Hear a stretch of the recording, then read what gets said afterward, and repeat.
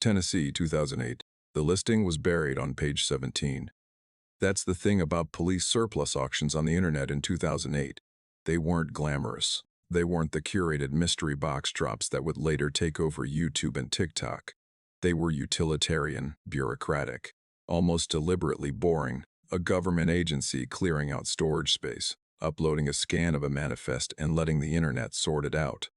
You clicked, you bid, you forgot about it. Then 3 weeks later a brown cardboard box arrived at your door and you remembered. Marcus Webb, 22 years old, a junior studying communications at the University of Tennessee in Knoxville, had developed a habit for this sort of thing. He would browse surplus liquidation sites the way other students scrolled social media, not looking for anything in particular, just hunting for the odd, the overlooked, the inexplicably interesting. He'd bought a box of 1970s police department training manuals once. Another time, a lot of obsolete radio equipment that he'd repurposed into a wall display for his apartment. His roommate called it the cop corner. Marcus called it history. The listing that would change everything read in its entirety, Lot 4817 to AD. Boyd County Sheriff's Office. Miscellaneous recovered property from police storage. No further details. Condition unknown. As is. Starting bid $18 and fees. Starting bid $18.50 and forgot about it. The box arrived on a Tuesday morning in late October. Marcus had a midterm at 11, so he set it on his kitchen table and didn't touch it until after dinner. He remembers the evening clearly. A half-eaten microwave burrito, a rerun of The Wire playing in the background, the low sound of rain against the window. He pulled the tape off of the butter knife and folded back the cardboard flaps. The top layer was exactly what he'd expected. An old leather holster, cracked and stiff with age, a tactical belt in forest green, the buckle corroded, 2 flashlights, cylindrical and heavy, the kind with chunky plastic switches that felt like they'd been manufactured in the Reagan administration, a set of handcuff keys still clipped to a small metal ring, a citation pad, blank, its cardboard backing going soft with age, and what smelled like moisture. Marcus set each item aside, examining them with the mild curiosity of someone sorting through a yard sale. Then his hand closed around something softer, beneath the flashlights and the belt. Wedged into the lower left corner of the box was a canvas backpack. Small, the kind a grade schooler might carry. It had been olive green once, but age and storage had bleached and stained it into something closer to the color of old bone. The canvas was torn along the bottom seam. One of the shoulder straps had been repaired at some point with a strip of electrical tape that had since dried and begun to peel. The main zipper, a small star-shaped pull, was corroded to a dull black, frozen into place with rust. Marcus set it on the table and looked at it. It was the kind of object that carries weight without explaining itself. He didn't know why, exactly.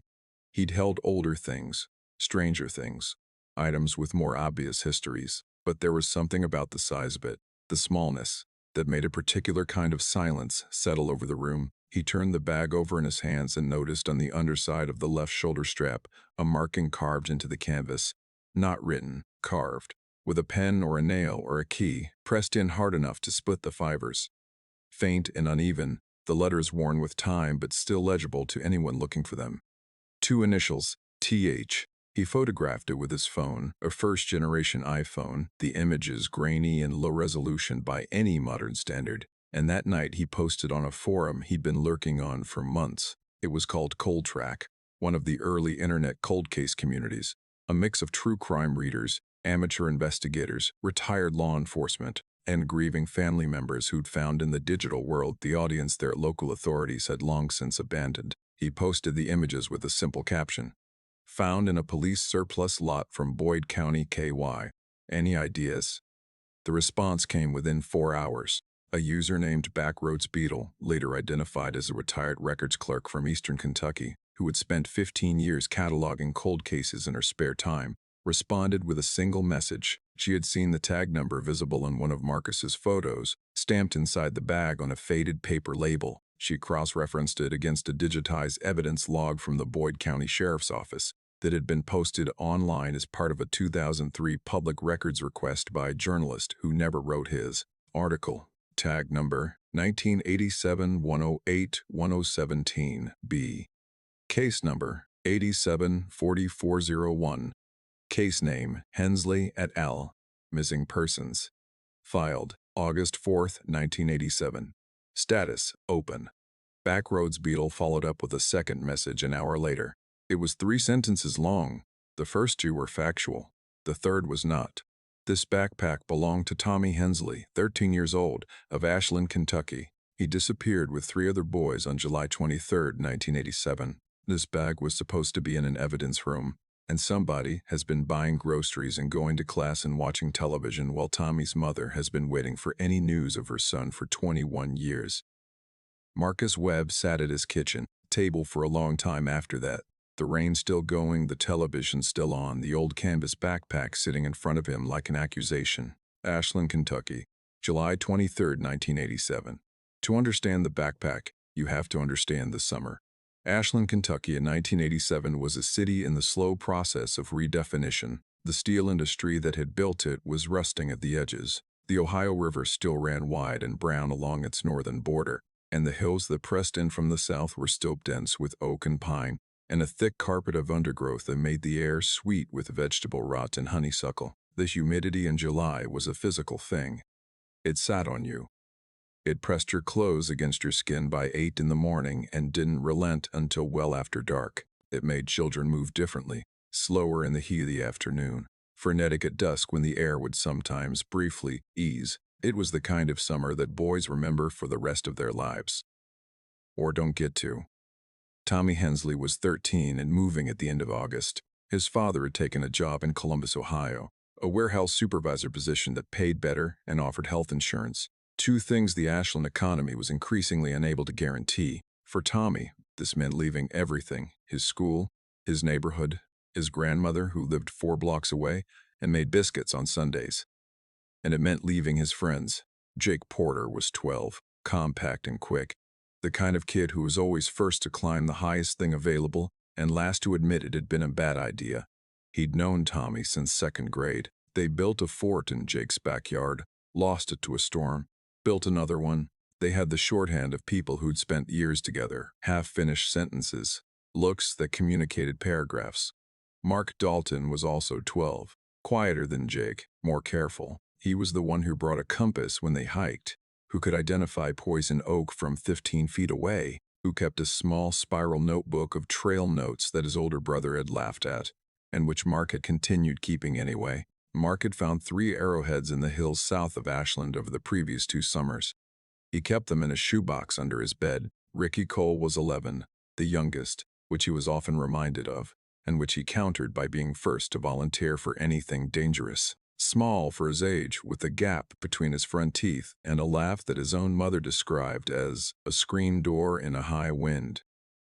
He'd only known the others for a year, having moved to the neighborhood in the summer of 1986, but he had that quality that some children have of inserting themselves into an existing group so naturally that it becomes impossible, after a while, to remember the group without them. The plan had been forming for weeks. Tommy was leaving. There was a trail, or what Tommy's older cousin had described as a trail, that ran south from Colton Fire Tower into the Hollabin Basin, through limestone ridgelines and back out to the county road that ran near Mark's house. They'd talked about it all summer. A proper hike.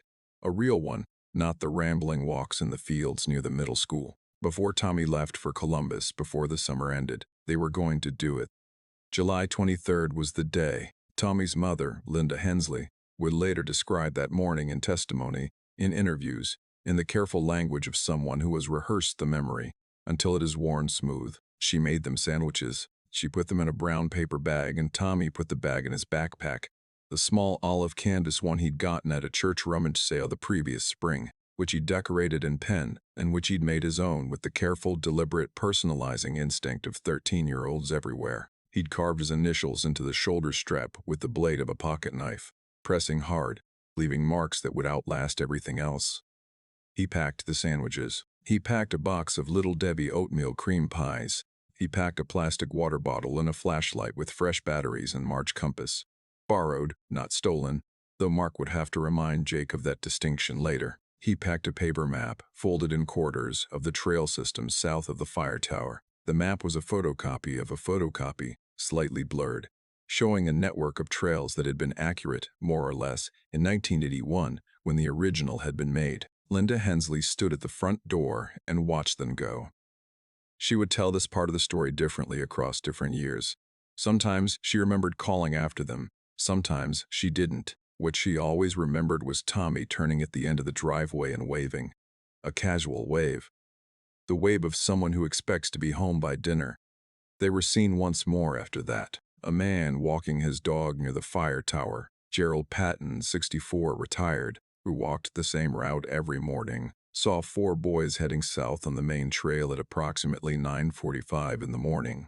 He would describe them in a statement given 3 days later. 4 kids, one with a green backpack, heading into the tree line. They were laughing about something. They disappeared into the trees quickly, the way children do, absorbed into the shade and the undergrowth. Gerald Patton went home and made coffee. That was the last confirmed sighting of Tommy Hensley, Jake Porter, Mark Dalton, and Ricky Cole.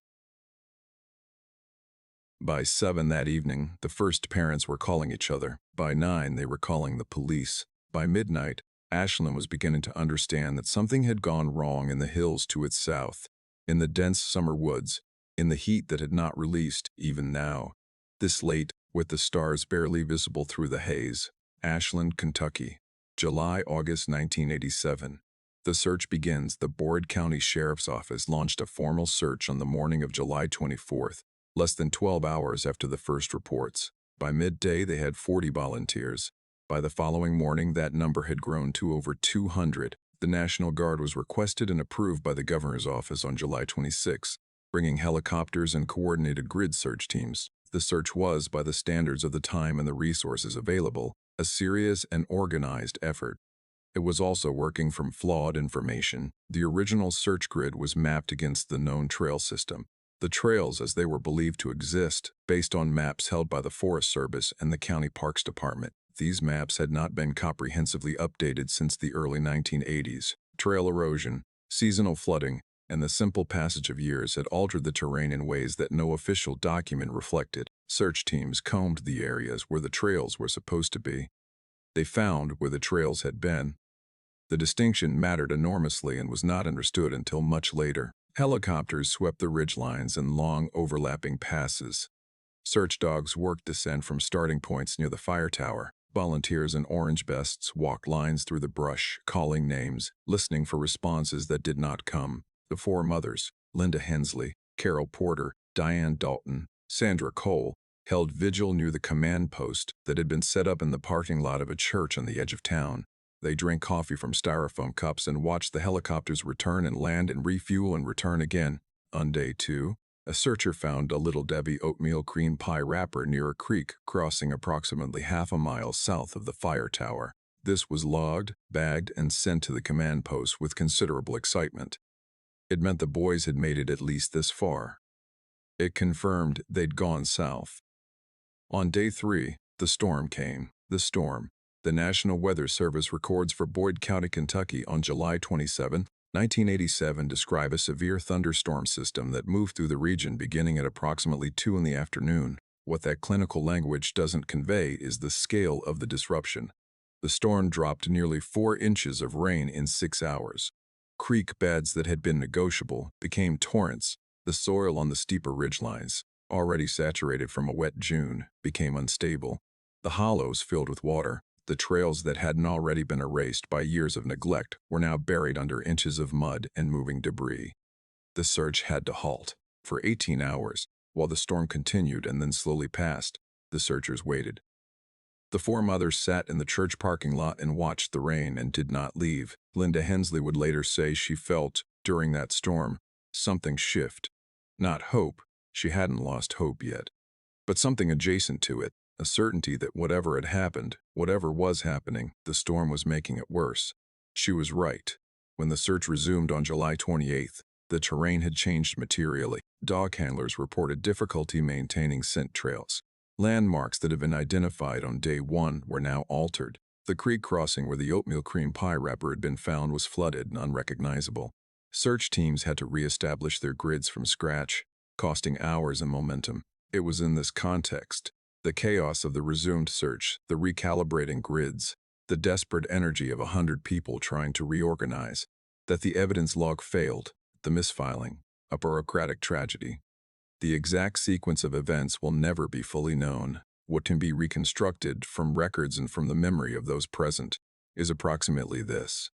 On the afternoon of July 28th, a search volunteer, records suggest it was a member of a church group from Catlettsburg who had joined the effort on day 2, found a small canvas backpack in a limestone hollow approximately 3/4 of a mile south-southeast of the fire tower. The hollow was outside the primary search grid in a section of terrain that had been briefly reviewed by helicopter but not reached on foot. The storm had deposited the backpack in a new position, rolling it down a shallow slope to rest against a limestone outcropping. The volunteer brought it to the nearest search team leader, who brought it to the mobile command unit where it was examined. The tag number, 1987-08, Ons 110 B, was assigned to it by a deputy named Gary Tillman, who filled out an evidence form in triplicate in the cramped back of the command vehicle, while a radio crackled and someone argued about search grid coordinates, and the generator running the coffee maker cycled on with a noise like a small engine turning over. The backpack went into a cardboard evidence box.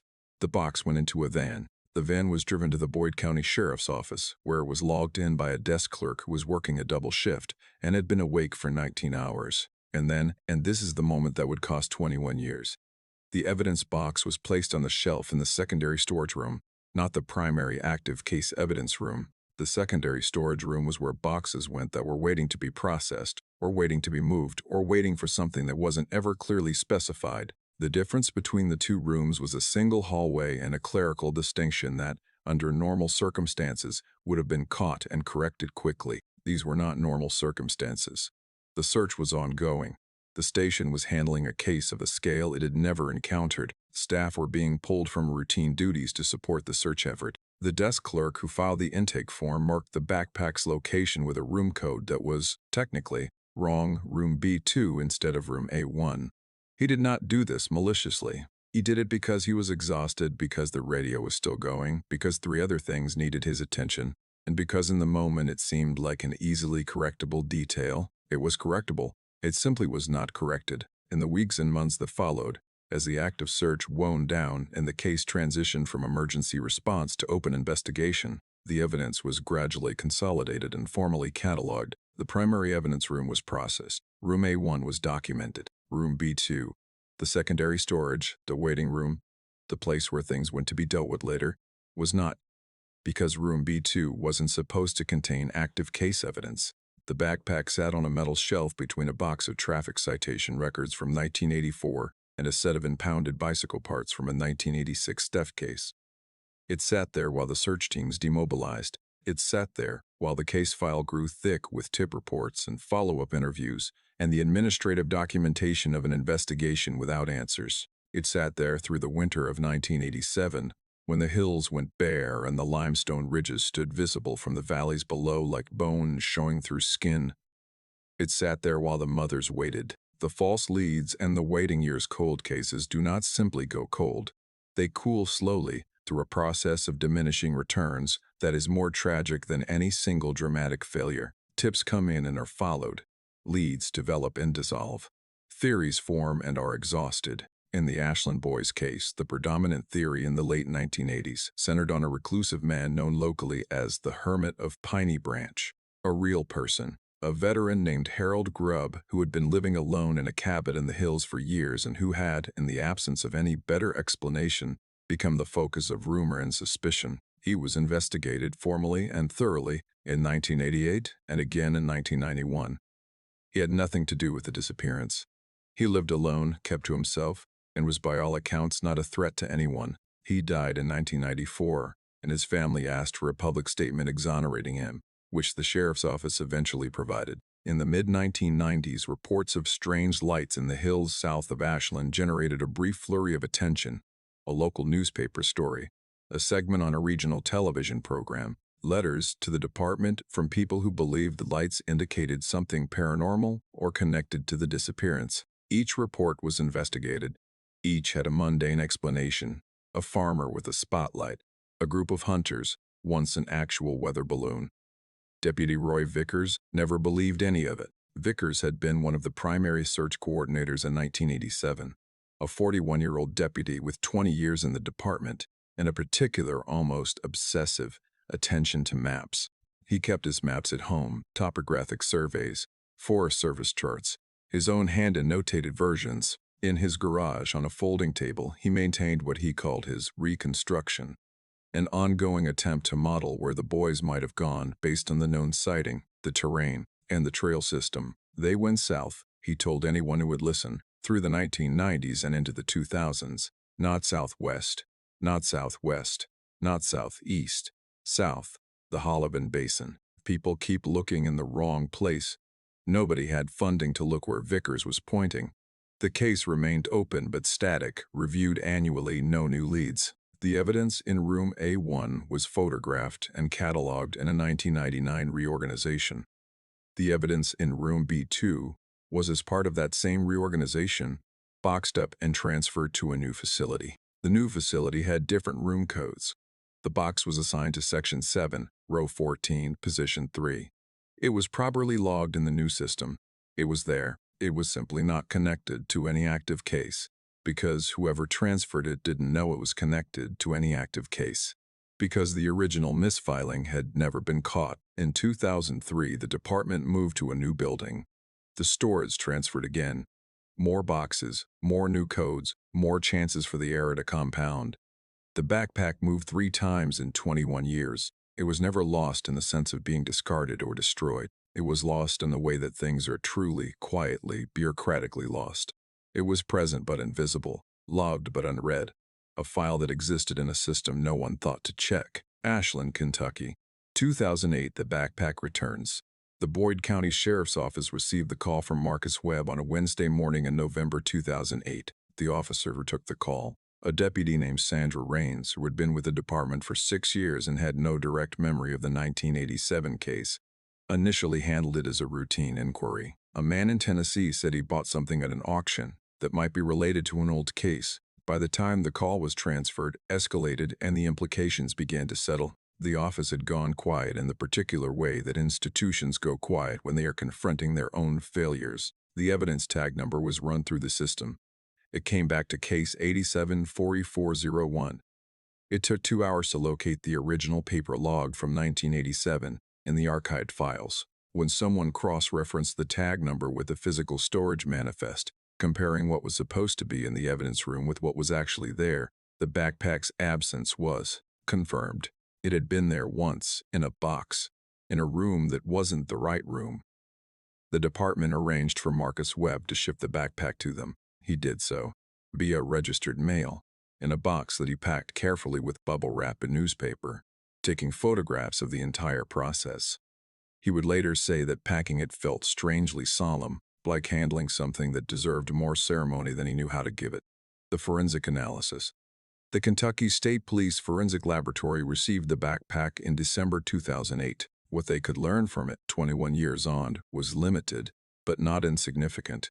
The canvas itself told a story in the way that materials do when they're asked the right questions. The fiber degradation pattern was consistent with extended exposure to forest conditions, high humidity, seasonal temperature variations, organic contact. The specific pattern of degradation suggested the backpack had spent a significant period of time outdoors, not in climate-controlled storage, before being found. This was consistent with it having been exposed to the storm of July 27th and the subsequent weeks before its discovery. Inside the seams, the inner folds where the canvas was double-stitched, analysts found traces of degraded paper consistent with a paper lunch bag. They found synthetic material consistent with plastic food packaging.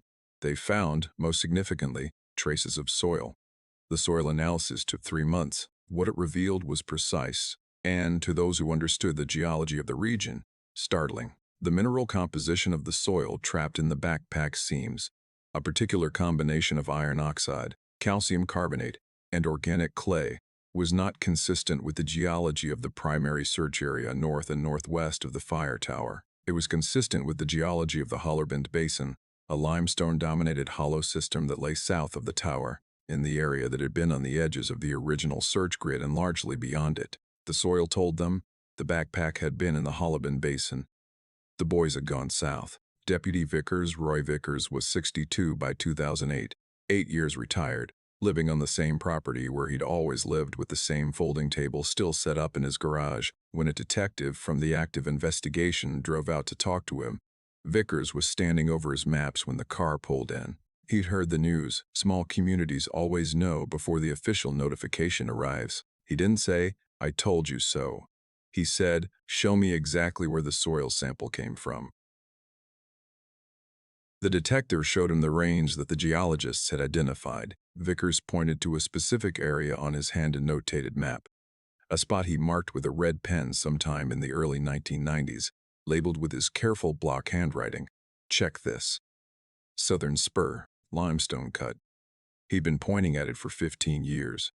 The soil analysis had landed now, within a half-mile of where his finger had always been. "They didn't get lost," Vickers said, and his voice was quiet enough that the detective had to lean in. "We lost them. We lost their evidence, and we lost their trail, and we looked in every direction but the right one. That's on us, not those boys."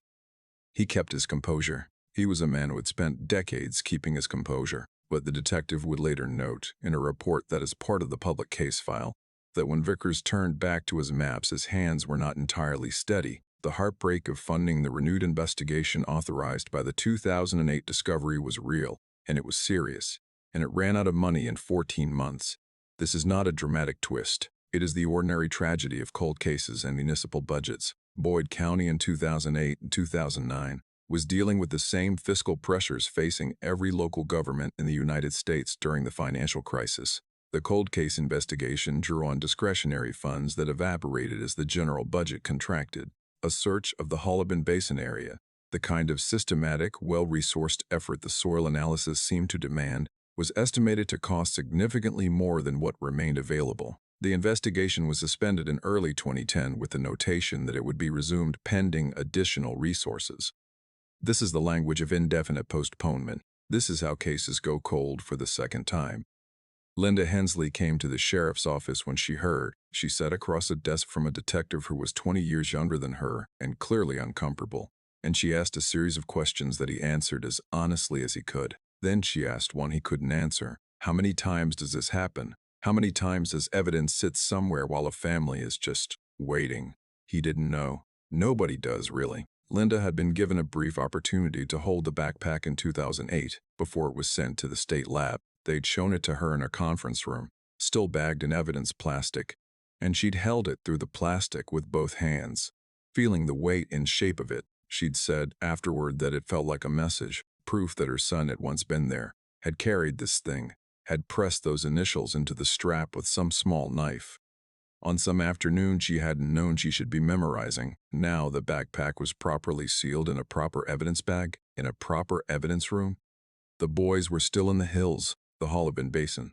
October 2015. Daniel Merritt was not looking for anything. This is the detail that will stay with anyone who follows the story closely.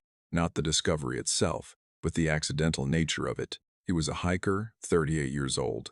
A high school biology teacher from Huntington, West Virginia, who spent his autumn weekends in the hill country of eastern Kentucky, because he found it restorative in a way he'd never been able to fully explain to anyone who didn't also hike. He'd been exploring the limestone cut for 3 consecutive weekends. The cut was a section of exposed limestone ridgeline in the Holiban Basin where centuries of erosion had carved a natural corridor between 2 higher ridges, a place geologists found interesting and hikers found dramatic. The rock walls rose 15 to 20 feet on either side of the path, their faces marked with water channels and fossil impressions, and here and there, the characteristic hollow recesses where limestone weathers faster than the surrounding matrix. It was in one of those recesses, a shallow cavity in the western wall of the cut, approximately 8 feet above the ground and accessible only by a scramble up a convenient ledge, that Daniel Merritt found the tin. It was a small tin, the size of a tobacco can, its lid corroded shut with rust. It had been placed in the recess intentionally, pushed back against the inner wall, which was why it had survived. The orientation of the rock above it had diverted rainwater away from the cavity for decades. The tin was damaged but intact. The contents, when the Kentucky State Police Laboratory finally opened it 6 days later, were readable. The note inside the tin was a single folded piece of paper. The paper was damaged, brittle, partially deteriorated, with sections that had adhered to the inner surface of the tin and had to be separated under controlled conditions by a forensic document examiner. But significant portions of the text were recoverable. The handwriting was identified by comparison with known exemplars collected in 1987 as belonging to Mark Dalton. The note read, in the portions that remained legible, "We went down the wrong ridge. The trail on the map isn't there. We are trying to find the creek to follow it back, but the water is very high. We are in a cut in the rock. Tommy has the compass. Jake's ankle is bad. We are going to stay here tonight and try again in the morning when it is light. Tell our moms we stayed together. We're scared, but we're not mad. We stayed together." The final line had been written with more pressure than the rest, the pen pressing harder into the deteriorated paper. "We stayed together." The forensic document team subjected the note to infrared reflectography, a technique that can sometimes recover text that is invisible to the naked eye due to degradation or overwriting. The infrared analysis revealed an additional partial line below the visible text that the naked eye had missed entirely. 5 words, faint but recoverable. "We see flashes through the trees." Those flashes were the lightning of the storm of July 27, 1987. The boys had been sheltering in the cut when the storm came. They had been watching it arrive. The connection. The discovery of the tin was communicated to the Boyd County Sheriff's Office within hours of the laboratory's initial assessment.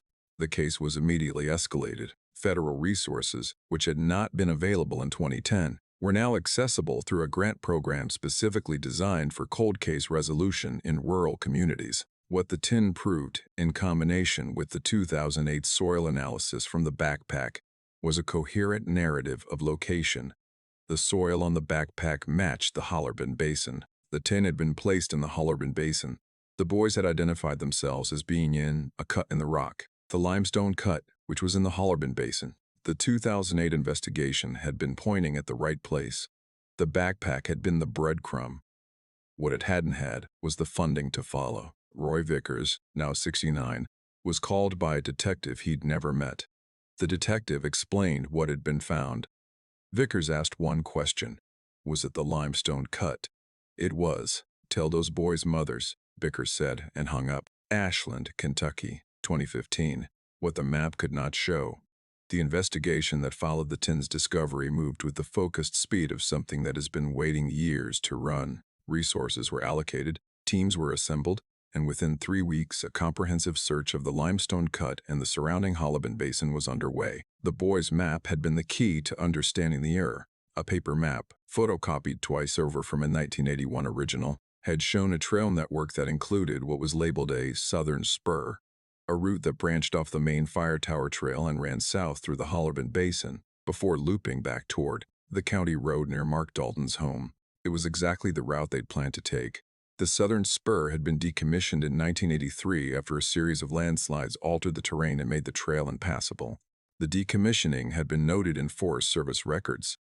It had not been reflected on any of the printed maps still circulating from the 1981 survey. The boys had been following a trail that, to their knowledge, existed. They'd followed it until it stopped existing, which happened somewhere in the middle of the Hollerbin Basin. And then they'd tried to navigate back using the compass and the creek and the landmarks available to them. They'd gone into the cut to shelter.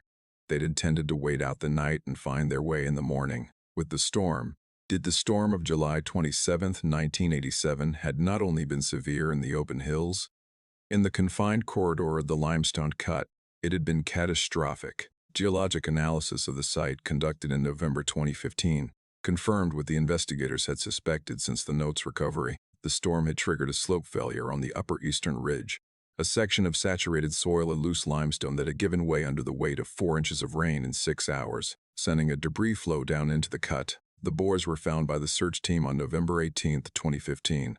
They had, as Mark's note said, stayed together. They were identified through a combination of forensic dental records, DNA analysis against samples provided by the families, and the personal effects recovered with them, including the compass, which was identified by Diane Dalton as the one her son carried everywhere, and the corroded casing of a flashlight consistent in model and age with the one Tommy Hensley had packed. The backpack was not with them.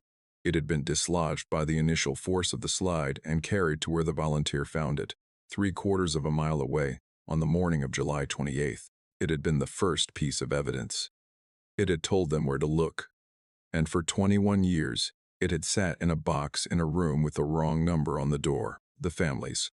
The notification calls were made in the late afternoon of November 18th, All four families were informed within 2 hours of each other, at the request of the families themselves, who had remained in contact across the decades of waiting, and who had asked, years ago, to be told together. Linda Hensley took the call in her kitchen in Ashland. She had never moved. She'd thought about it after Tommy's father died, but she'd stayed. She had not been able to articulate why, even to herself. But the answer, she would understand it only later, was the same reason she'd never changed the phone number. She needed to be somewhere she could still be found. She had held the backpack through evidence plastic in 2008 and called it a message. Now, she understood what the message had been trying to say. In a statement she gave to the press the following week, she spoke carefully, the way a person speaks when they have rehearsed something, not to make it easier, but to make sure they say it right. When I held that backpack in 2008, I said it felt like a message. I didn't know then what message it was. I know now. Tommy was telling me, I'm here, I'm south, come find me. And it took us longer than it should have to listen. But we listened, and he's not lost anymore. She paused, and then she said, he's not lost anymore, he's home. The museum in the spring of 2016, the Boyd County Heritage Museum opened a permanent exhibit on the Ashland Boys case. The exhibit was designed in consultation with all four families. It spans 2 rooms and moves, deliberately, from the life of the town in 1987 to the search to the decades of waiting to the discovery. The centerpiece of the exhibit, in a glass case at the far end of the second room, is the backpack. Olive canvas, bleached and stained, torn along the bottom seam. One shoulder strap with a strip of long-drought electrical tape that was somebody's practical fix to somebody's practical problem. One ordinary afternoon. And on the underside of the left strap, still legible, pressed in with care and the blade of a pocket knife, TH. Beside it, in its own case, is the tin, and inside a protective mount next to the tin is the note, Mark Dalton's careful, pressured handwriting, the final line written with more force than the rest, and below it, visible now because the infrared revealed it, those 5 words that no one read for 28 years. We see flashes through the trees.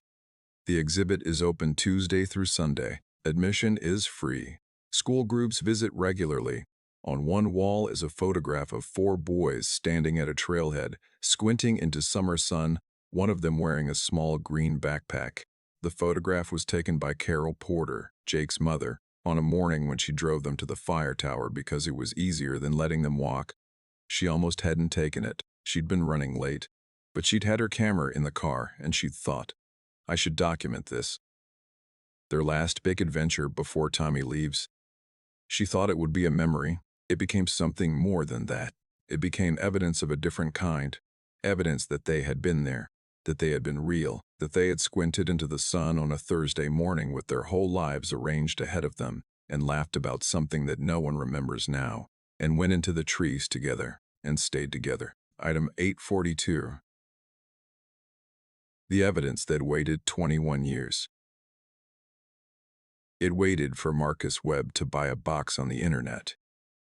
It waited for a retired records clerk to remember a tag number. It waited for soil to hold its composition across 2 decades and answer, when finally asked, the only question that mattered, where. It waited for Daniel Merritt to climb a ledge out of curiosity on a Sunday afternoon in October, and reach into a limestone recess and find a tobacco tin that had been placed there by a 12-year-old, who believed, as 12-year-olds do and must, that someone would come looking. They came looking.